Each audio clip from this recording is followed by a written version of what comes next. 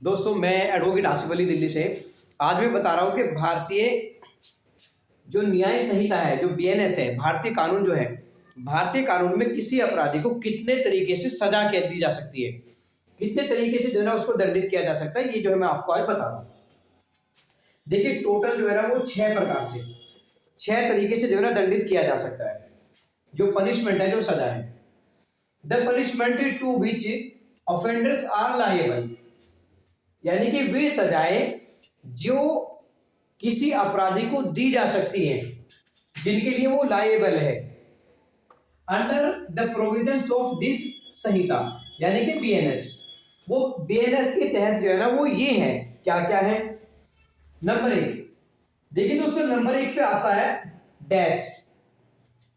Death की जो सजा है ना वो किसी अपराधी को दी जा सकती है, लेकिन ये हीनियस क्राइम में ही दी जा सकती है। हीनियस क्राइम से मतलब है जैसे किसी ने कोई आतंकवादी कृत्य कर दिया है, उसमें दी जा सकती है। किसी की हत्या कर दी है, रेप कर दिया है, उसमें भी दी जा सकती है। या किसी ने भारत सरकार के विरुद्ध युद्ध छेड़ दिया है और फिर वो पकड़ा जाए तो उसमें भी क्या है कि उसको जो है मौत की सजा जो है दी जा सकती है। तो मौत की सजा जो है वो हीनियस क्राइम में ही दी जाती है। तो नंबर 1 हो गई क्या, मौत की सजा।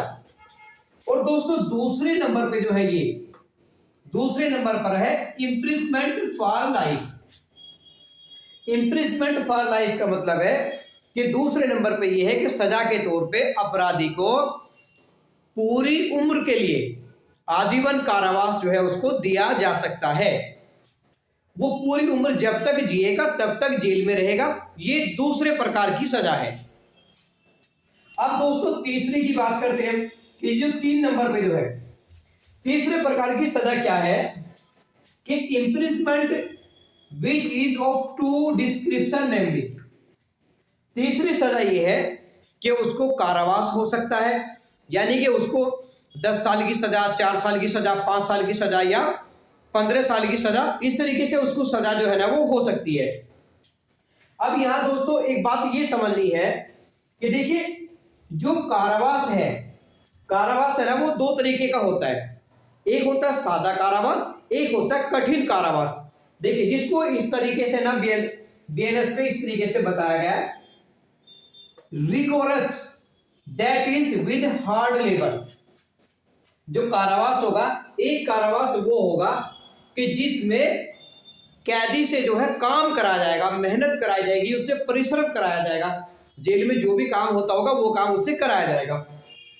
और दूसरा होता है कि सिंपल कारावास।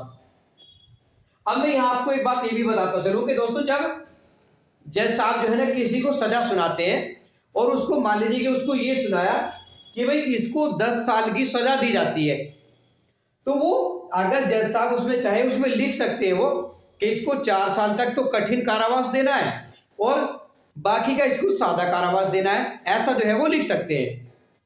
तो ये 3 प्रकार की सजाएं हो गई है। और दोस्तों चौथी सजा जो है क्या दी जाती है, तो चौथी सजा है फॉर फीचर ऑफ प्रॉपर्टी। उनकी अपराधियों की जो संपत्तियां है ना उनको जब्त किया जा सकता है। जैसे आप देखते हैं कि बहुत सारे अपराधी है कि उनकी जो संपत्तियां होती है, जो प्रॉपर्टी होती है, सरकार क्या करती है कि उनको सीज कर देती है, या अदालत क्या करती है कि उनको उनकी संपत्तियां जब्त करने की जो है सजा दी जाती है। तो एक ये भी प्रकार का जो है दंड होता है। और ये 4 हो गए हैं। एक होता है दोस्तों पांचवा होता है कि फाइन, कि उसको जो है जेल नहीं भेजा गया, उसके ऊपर है ना जुर्माना लगा दिया गया, उसको जो है ना सजा दे दी गई है। फाइन भी जो है वो एक प्रकार की सजा होती है। जैसे उदाहरण के तौर पे मैं आपको एक एग्जांपल बताऊं, एक सेक्शन है 126 बीएनएस का, 126 सेक्शन है, 126 है। 126 क्या कहता है, रॉन्गफुल रेस्ट्रेंट, यानी किसी व्यक्ति का सदोष अवरोध करना, यानी कि उसका मार्ग रोक देना, उसका रास्ता रोक देना।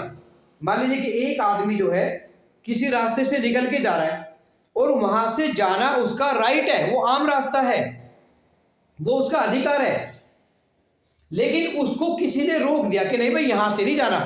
जैसे कि आजकल आप देख रहे हैं कि कोई फेरी वाला, कोई सब्जी वाला किसी गांव में जाता है, कुछ गुंडा टाइप लोग होते हैं, वो उसको रोकते हैं और उसे कहते हैं कि नहीं भाई यहाँ से नहीं जाना है, चल भाग यहाँ से जो है।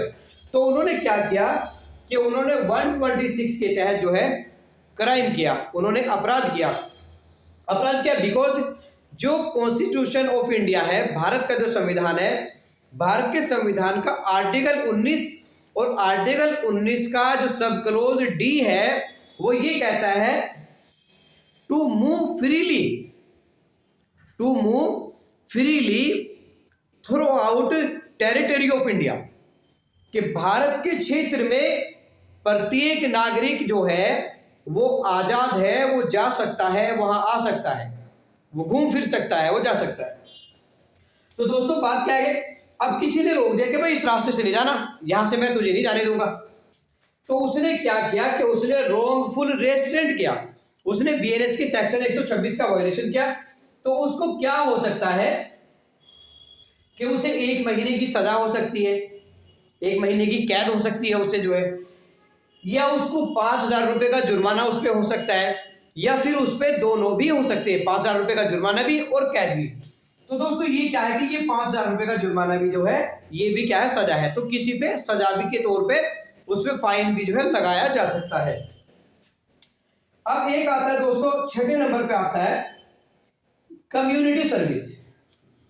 अब ये जो कम्युनिटी सर्विस है ना, ये मैं आपको बता दूं, ये जो ये दिख रहा है आपको कम्युनिटी सर्विस जो है, जो पहला जो कानून था जो आईपीसी थी, आईपीसी में कम्युनिटी सर्विस नहीं था। ये जो सजा के तौर पे अब जो जोड़ा गया है, community service was not defined in IPC. अभी ये जो बीएनएस है ना, इसमें कम्युनिटी सर्विस जो जोड़ा है। अब कम्युनिटी सर्विस में क्या है, जैसे मान लीजिए कि एक सेक्शन है बीएनएस का 355, मान लीजिए कि कोई शराबी आदमी है, अब शराब पी के वो क्या है, हंगामा करता है, शोर शराबा करता है, यानी कि शांति भंग करता है, तो उसको क्या सजा दी जा सकती है भाई, उसको ये सजा दी जा सकती है कि उसको 24 घंटे के लिए उसको क्या है, थाने में बिठाया जा सकता है, उसको रोक के रखा जा सकता है वहां, और उसको क्या है कि उस पर 1,000 रुपए का फाइन भी लगाया जा सकता है।